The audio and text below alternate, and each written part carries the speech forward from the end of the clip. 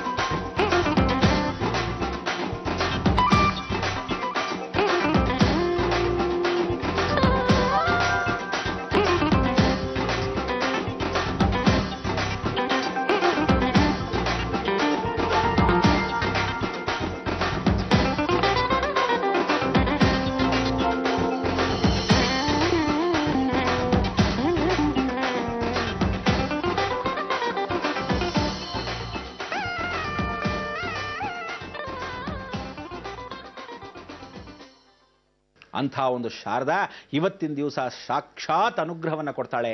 ಇಲ್ಲಿ ಯಾರಿಗೆ ವಿದ್ಯಾಭ್ಯಾಸವನ್ನು ಮಾಡಿಸ್ಬೇಕು, ಅನ್ನಪ್ರಾಸನವನ್ನು ಮಾಡಿಸ್ಬೇಕು ಅಂದರೆ ಮಗು ಮೊದಲು ಹುಟ್ಟಿದ ತಕ್ಷಣ ಒಂದು ಹೆಸರನ್ನ ಬರ್ಸಕ್ಕೆ ಮೊದಲು ಅನ್ನಪ್ರಾಸನ ಮಾಡಿಸಿ ತದನಂತರ ಒಂದು ನಾಮಕರಣವನ್ನು ಮಾಡಿದ ನಂತರ ನೀವಿಲ್ಲಿ ಬಂದು ಅಕ್ಷರಾಭ್ಯಾಸವನ್ನು ಮಾಡಿಸ್ಬೇಕು. ಅಮ್ಮ ಜಗನ್ಮಾತೆ ಶಾರದೆ ವಿದ್ಯೆ ಒಲಿಲಿ, ಇವಳಿಗೆ ಅಕಸ್ಮಾತ್ ಮಂದಬುದ್ಧಿ ಮುಂದಕ್ಕೆ ಫ್ಯೂಚರ್ಗೆ ಬಂದರೂ ಸಹ ಇದು ನೀನು ಕಾಪಾಡ್ಕೊಂತೀಯ, ಸರ್ವಜ್ಞಾನ ಮೂರ್ತಿ ನೀನೆ.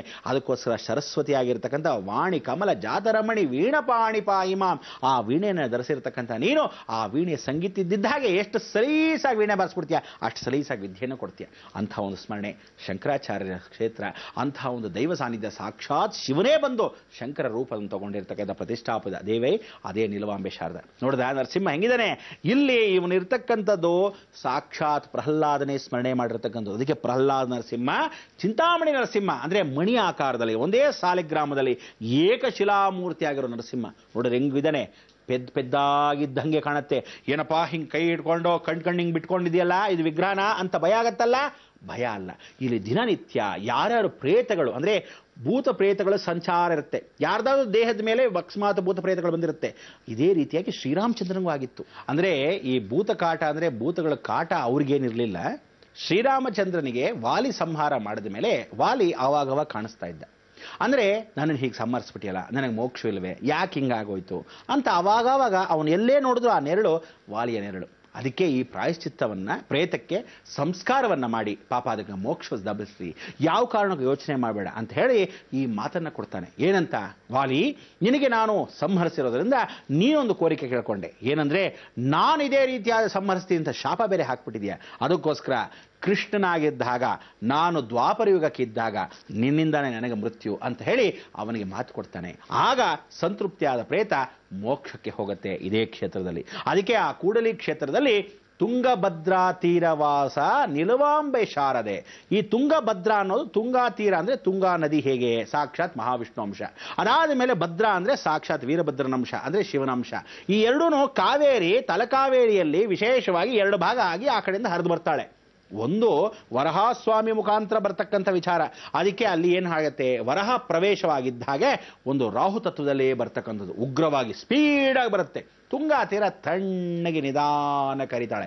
ಅದಕ್ಕೋಸ್ಕರ ಶೃಂಗೇರಿಗೆ ಹೋಗಿ ತದನಂತರ ಬರ್ತಾಳೆ. ಸಂಗಮವಾಗೋದೆಲ್ಲಿ ಇದೇ ವಿಶೇಷವಾಗಿರ್ತಕ್ಕಂಥ ತುಂಗಾಭದ್ರಾ ತೀರ ಕೂಡಲಿ. ಕೂಡಲಿ ಅಂದ್ರೇನೋ ಎರಡು ನದಿಯ ಸೇರಲಿ, ಸಂಗಮವಾಗಲಿ. ಈ ಕ್ಷೇತ್ರದಲ್ಲಿ ಬಿಂದು ಮಾಲಿನ್ಯ, ಬಿಂದು ಅಂದ್ರೇನೋ ಒಂದು ಚುಕ್ಕೆ ಇದ್ದ ಹಾಗೆ ಒಂದು ಲಿಂಗ ಉದ್ಭವವಾಗಿದೆ. ಇದಕ್ಕೆ 12 ವರ್ಷಕ್ಕೊಮ್ಮೆ ಸಂಪ್ರೋಕ್ಷಣೆ ನಡೆಯುತ್ತೆ. 12 ವರ್ಷಕ್ಕೊಂದ್ಸಲ ಮಾತ್ರ ಆ ಲಿಂಗ ಕಾಣುತ್ತೆ. ವಿಶೇಷವಾಗಿ ನದಿ ಕಮ್ಮಿ ಆದಾಗ ತುಂಗಭದ್ರಾ ಎರಡೂ ಆ ಈಶ್ವರನಿಗೆ ದೊಡ್ಡ ಜಾತ್ರೆ ನಡೆಯುತ್ತೆ. ಇಂಥ ಒಂದು ವೈಶಿಷ್ಟ್ಯ. ಆಗ ಅಲ್ಲಿ ಸಂಸ್ಕಾರಗಳನ್ನು ಬಹಳಷ್ಟು ಜನ ಮಾಡ್ತಾರೆ. ಬಹಳ ವಿಶೇಷಕರವಾಗಿರ್ತಕ್ಕಂಥ ಒಂದು ಸಂಗಮ. ಈ ಯಾತ್ರೆಯಲ್ಲಿ ಎಲ್ಲರೂ ಪಾಲ್ಗೊಳ್ತಕ್ಕಂಥ ಅವಕಾಶ. ಅದಕ್ಕೆ ಆ ತುಂಗಾ ಕ್ಷೇತ್ರದಲ್ಲಿ ಹೋಗಿ ಯಾರು ಪ್ರೇತಗಳನ್ನು ಪ್ರಾಯಶ್ಚಿತ್ತ ಮಾಡ್ಕೋಬೇಕು, ನಿಮ್ಮ ತಾತ ಮುತ್ತಾತಂದು ಯಾರಾದ್ರು ಹೋಗಿರಬೇಕು, ನರಸಿಂಹ ಸ್ಮರಣೆಯನ್ನು ಮಾಡ್ಕೋಬೇಕು, ಭೂತ ಪ್ರೇತ ಪಿಶಾಚ ನಿಕಟನೀಯಾವೆ ಅಂತ ಅದನ್ನೆಲ್ಲ ಸಂಸ್ಕಾರಪೂರ್ವಕವಾಗಿ ಓಡಿಸ್ಬೇಕು ಇದೇ ಸಂಗಮ ಕ್ಷೇತ್ರ. ಅದಕ್ಕೆ ಇಲ್ಲಿ ಆ ತುಂಗಾಭದ್ರಾ ಅಂತಕ್ಕಂಥ ನಾರಾಯಣ ಶಿವನ ಎರಡೂ ಅಂಶಗಳು ಆ ಶಕ್ತಿಯ ಮುಖಾಂತರವಾಗಿ ಸೇರುತ್ತೆ. ತದನಂತರ ಹಾಗೇ ಹೋಗಿ ಶ್ರೀಶೈಲ ಮಲ್ಲಿಕಾರ್ಜುನ ಸ್ವಾಮಿ ಸನ್ನಿಧಾನಕ್ಕೆ ಸೇರುತ್ತೆ. ನೋಡಿ, ಅದಕ್ಕೋಸ್ಕರ ಶ್ರೀಶೈಲ ಮಲ್ಲಿಕಾರ್ಜುನ ಸ್ವಾಮಿ ನದಿ ಕಾವೇರಿಯಾಗಿ ಎಲ್ಲಿಂದ ಬಂದು ಹರಿದು ಕೊನೆಗೆ ಶ್ರೀಶೈಲಕ್ಕೆ ಬರ್ತಾಳೆ. ಇದೇ ರೀತಿ ತಿರುಪತಿಯಲ್ಲಿ ಕಪಿಲೇಶ್ವರನ ತೀರ್ಥವನ್ನ ಹಾಗೇ ಬಂದು ಶ್ರೀಶೈಲ ಮಲ್ಲಿಕಾರ್ಜುನ ಸೇರುತ್ತೆ. ಎಲ್ಲ ನದಿಗಳು ನಾನಾ ರೂಪದಲ್ಲಿ ಬೇರೆ ಬೇರೆ ಕ್ಷೇತ್ರದಲ್ಲಿ ಶಕ್ತಿಯಾಗಿಯೇ ಬಂದರೂ ಕೊನೆಗೆ ಸೇರೋದು ಸಮುದ್ರಕ್ಕೊಂದೇ. ಅದಕ್ಕೆ ನಾವೆಲ್ಲ ಆತ್ಮಗಳ ಸಂಪ್ರೋಕ್ಷಣೆಯನ್ನು ಮಾಡ್ಕೊಳ್ಳೋಕ್ಕೆ ಈ ಜೀವ ಆತ್ಮವನ್ನು ಸೇರಿರೋದು. ಪರಮಾತ್ಮನ ಪಾದಕ್ಕೆ ಹೋಗಬೇಕಾದ್ರೆ ನೀವೆಲ್ಲ ಏನು ಮಾಡಬೇಕು, ಎಂಟಿ ಮೆಸಲ್ಸ್ ಥರ ಒದ್ದಾಡಬಾರ್ದು, ಜೀವನದಲ್ಲಿ ಜ್ಞಾನ ತುಂಬಿಸ್ಕೋಬೇಕು, ಪ್ರಾಯಶ್ಚಿತ್ತ ಪಡಬೇಕು. ಈ ಪ್ರಾಯಶ್ಚಿತ್ತಕ್ಕೆ ಆ ಲಕ್ಷ್ಮಿಯ ಸಾಕ್ಷಿ. ಇವತ್ತಿನ ದಿವಸ ಆ ಲಕ್ಷ್ಮೀ ನರಸಿಂಹನ ವಿಶೇಷವಾಗಿರ್ತಕ್ಕಂಥ ಅನುಗ್ರಹ. ಲಕ್ಷ್ಮೀ ನರಸಿಂಹ ಕ್ಷೇತ್ರವೇ ಮೂಲ ಕ್ಷೇತ್ರವೇ. ಸಾಕ್ಷಾತ್ ಶ್ರೀನಿವಾಸ ಮದುವೆ ಆಗಿರ್ತಕ್ಕಂಥ ಕ್ಷೇತ್ರ ಮಹಿಮೆಯಲ್ಲಿ ಇಲ್ಲೇ ಬಂದು ಸ್ಮರಣೆ ಮಾಡಿ ನಮಸ್ಕರಿಸಿ ಇದೇ ಅಹೋಬಲದಿಂದ ಅವನು ತಿರುಪತಿ ಯಾತ್ರೆಗೆ ಹೋಗ್ತಾನೆ. ಬಹಳ ದೊಡ್ಡ ಪೆಂಡಾಲವನ್ನು ಹಾಕ್ತಾನೆ. ಆ ಪೆಂಡಾಲದಲ್ಲಿ ಏನು ಭಕ್ಷ್ಯ ಭೋಜಗಳು ಅಂತೀರಾ, ಭಗವಂತ ನಾರಾಯಣ ಅಂತ ಹೇಳಿ ಅವನೇ ಸ್ಮರಣೆ ಮಾಡ್ತಾನೆ. ಅಂದ್ರೆ ತನ್ನ ರೂಪವನ್ನ ಯದ್ಭಾವಂ ತದ್ಭವತಿ, ನಿಮ್ಮ ಭಾವನೆ ಇದ್ದಾಗೆ. ಅದಕ್ಕೆ ಹೆಂಗಸರೆಲ್ಲ ಸಾಕ್ಷಾತ್ ಲಕ್ಷ್ಮೀ ಪೂಜೆ ಮಾಡ್ಬೇಕಾದ್ರೆ ನೀವು ಅಲಂಕಾರ ಮಾಡ್ಕೋಬೇಕು. ನೀವು ಸುಮ್ಮನೆ ಬಿಚ್ಚೋಲೆ ಗೌರಮ್ಮ ಕೂತ್ಕೊಂಡು ಓಂ ಲಕ್ಷ್ಮೀ ಮಹಾ ಓಂ ನಿತ್ಯ ಸುಮಂಗಳೇನ್ ಮಹಾ ಓಂ ಅಂತ ಕೂತ್ಕೊಂಡ್ರೆ ಪ್ರಯೋಜನವಿಲ್ಲ. ನೀವು ಲಕ್ಷ್ಮಿ ಆಗಬೇಕು. ಎಲ್ಲಿ ಇಲ್ಲಿ ಯಾವ ಕಾಲಕ್ಕೂ ಮೋಜು ಮಜಾ ಮಾಡೋದು, ಹೀಗೆ ಮಾಡಿಬಿಟ್ರೆ ಅವಳು ಏನು ಮಾಡ್ತಾಳೆ, ದುರಹಂಕಾರಿ ನನ್ನ ಮಗನೇ, ಯಾವ ಕಾಲಕ್ಕೂ ನಾನು ಕಾಲಚಕ್ರವನ್ನು ತಿರುಗಿಸ್ಬಿಡ್ತೀನಿ, ಹುಷಾರ್, ಯಾವ ಕಾಲಕ್ಕೂ ನನಗೆ ಗೌರವ ಕೊಡದೆ ಇದ್ದವನು ತೂ ಛೀ ಅನ್ಸ್ಬಿಟ್ಟೆ ನನಗೆ ಅಂದರೆ ಅವಳು ಹೇಳ್ತಾಳಂತೆ. ಮೊದಲನೇ ತಲೆಮಾರಿಗೆ ಬರ್ತಾಳಂತೆ. ಆ ಲಕ್ಷ್ಮಿ ಮೊದಲನೇ ತಲೆಮಾರ ಬಂದ ತಕ್ಷಣ ಏನು ಹೇಳ್ತಾಳೆ, ಹೀಗೆ ಮೇಲೆ ಕೂತ್ಕೊಂತಾಳಂತೆ. ಬಂದು ಕೂತ್ಕೊಂಡು ಅಮ್ಮ ಜಗನ್ಮಾತೆ ಅಂತಾಳಂತೆ. ಅಂದರೆ ಮೊದಲನೇ ತಲೆಮಾರು ಗೌರವವಾಗಿ ಜಗನ್ಮಾತೆ ಅಂತ ಪೂಜೆ ಮಾಡ್ತಾನೆ. ಎರಡನೇ ತಲೆಮಾರು ಮಗ ಹುಡ್ತಾನೆ, ಅಮ್ಮ ಅಂತ ಸೇರಿಸ್ಕೊಂಡ್ಬರ್ತಾನೆ, ಬಿಡಪ್ಪ ನನ್ನ ಹತ್ರ ದುಡ್ಡಿದೆ ಅಂತ. ಆ ಒಂದು ಗೌರವ ಸ್ವಲ್ಪ ಬಿಂಕ ಅಹಂಭಾವ ಜೊತೆಗಿರುತ್ತೆ ಎರಡನೇ ತಲೆಮಾರು. ಮೂರನೇವನು ನಾನು ದುಡ್ಡಿದೆ ಬಿಡ್ರಿ ಅನ್ನೋ ಥರ ಅವನು ಹೆಂಡತಿಯಿಂದ ಪೂಜೆ ಮಾಡ್ತಾನೆ. ಅಂದರೆ ಲಕ್ಷ್ಮಿನ ಒಂದು ಹೆಂಡತಿ ಸಮಾನವಾಗಿ ಮಾಡ್ತಾನೆ. ಆವಾಗ ಈ ಅವಕಾಶವನ್ನ ಮಾಡಿರ್ತಕ್ಕಂಥ ಲಕ್ಷ್ಮಿ ಹೊರಡ್ತಾಳೆ. ನನ್ನ ಈ ರೀತಿಯಾಗಿ ನೀವು ನೋಡಿಕೊಂಡ್ರೆ ನಾನು ಖಂಡಿತ ಉಳಿಯಲ್ಲ ಅಂತ ಯಾವುದಾದ್ರು ಒಂದು ಬಡವನ ಮೇಲೆ ದೂರ ದೃಷ್ಟಿಯನ್ನು ಹೋಗ್ತಾಳೆ. ಪಾಪ ಅವನು ಚೆನ್ನಾಗಿ ಮಾಡೋಣ ಅಂತೇಳಿ ಕಾಲಚಕ್ರ 4, ಆ 4ರಲ್ಲಿ ಮತ್ತೊಂದು 4 ಇರುತ್ತೆ, 8 ಕಾಲಚಕ್ರ ತಿರುಗಿಸ್ಬಿಡ್ತಾಳೆ. ಆಗೇನಾಗುತ್ತೆ, ಬಡವ ಕೋಟ್ಯಾಧೀಶ್ವರ ಆಗುತ್ತೆ. ಇಮಿಡಿಯೇಟ್ ಆಗಿ ಗೊತ್ತಾಗಲ್ಲ ಎಲ್ಲಿ ಹೋಗ್ಬಿಡ್ತಾನೋ, ನಿಧಿ ಸಿಗುತ್ತೋ, ನಿಕ್ಷೇಪ ಸಿಗುತ್ತೋ, ಯಾರಿಂದಾರ ದಾನ ಸಿಗುತ್ತೋ, ಅಥವಾ ಇವನು ಯಾವುದೋ ಬಾಡಿಗೆ ಮನೆಯಲ್ಲಿದ್ದಾಗ ಓನರ್ ಗೋವಿಂದ ಅನ್ಸ್ಬಿಡ್ತಾನೆ. ಇವನ ಅದೃಷ್ಟಕ್ಕೆ ಆ ಬಾಡಿಗೆ ಮನೆ ಕೋಟ್ಯಾಧೀಶ್ವರ, ಇವನಿಗೆ ಮಿಕ್ಕಿದ್ದ ಆಸ್ತಿ. ಹಾಗೆ ಹೇಗೆ ಒಲಿತಾಳೆ ಅನ್ನೋದು ಲಕ್ಷ್ಮಿ ನಮಗೆ ಗೊತ್ತಾಗಲ್ಲ. ಅದಕ್ಕೆ ಆ ಚರಲಕ್ಷ್ಮಿ ಸ್ಥಿರವಾಗಿ ವಾಸವಾಗಬೇಕಾದ್ರೆ ನಾವೆಲ್ಲ ಎಷ್ಟು ಪ್ರಯತ್ನ ಪಟ್ಟರೂ ಸಾಧ್ಯವಿಲ್ಲ. ಆ ಪ್ರಯತ್ನಕ್ಕಿಂತ ಭಗವಂತ ಒಲಿಬೇಕು ಅಂದರೆ ನಿಮ್ಮ ಹಣೆ ಬರದಲ್ಲಿ ಬರೆದಿರಬೇಕು. ಆದರೆ ಪ್ರಾಯಶ್ಚಿತ್ತ ಅಂತ ನೀವು ಒಂದ್ಸರಿ ಮಾಡಿಕೊಂಡ್ರೆ ಖಂಡಿತವಾಗಿ ಒಲಿತಾಳೆ ಅಂತ ಈ ಮುಖಾಂತರ ಹೇಳ್ತಾ ಒಂದೆರಡನ್ನು ಮಾತನ್ನು ನಾವು ಹೇಳ್ತಾ ಇದ್ದೀವಿ. ಯಾವುದೇ ಕಾಲಕ್ಕೂ ಇಲ್ಲಿ ಲೋಪದೋಷಗಳಾಗಲಿ, ಯಾವುದೇ ಕಾಲಕ್ಕೂ ವ್ಯಕ್ತಿತ್ವವಾಗಲಿ ನಾವು ಹೇಳದೇ ಇದ್ರೂ ಸಹ ಖಂಡಿತ ಸತ್ಯ ಅಂತೂ ಸತ್ಯ. ಬೇಜಾರಾಗಿದ್ದವ್ರಿಗೆ ಏನೂ ಮಾಡೋಕ್ಕಾಗಲ್ಲ, ಇದು ನಿತ್ಯ. ಅದಕ್ಕೆ ಅನಂತವಾಗಿರ್ತಕ್ಕಂಥ ಅನಂತ ಶೇನಾಗಿರ್ತಕ್ಕಂಥ ಶ್ರೀಮನ್ನಾರಾಯಣ ಸ್ಮರಣೆ ಮಾಡ್ಕೊಳ್ಳಿ. ಆ ಲಕ್ಷ್ಮಿ ಕಾಲದಲ್ಲಿದ್ದ ಹಾಗೆ ನೀವು ಕಾಲಲ್ಲಿ ಒದಿಬೇಡಿ, ಗೌರವವಾಗಿರಬೇಕು. ಆ ಹೃದಯ ಕಮಲದಲ್ಲಿ ವಕ್ಷಸ್ಥಳದಲ್ಲಿ ಹೇಗೆ ನಾರಾಯಣ ಗುದ್ದೇನೆ ಆ ಗೌರವವನ್ನು ಲಕ್ಷ್ಮಿ ಕೊಟ್ಟರೆ ನಿಮ್ಮವಳಾಗ್ತಾಳೆ.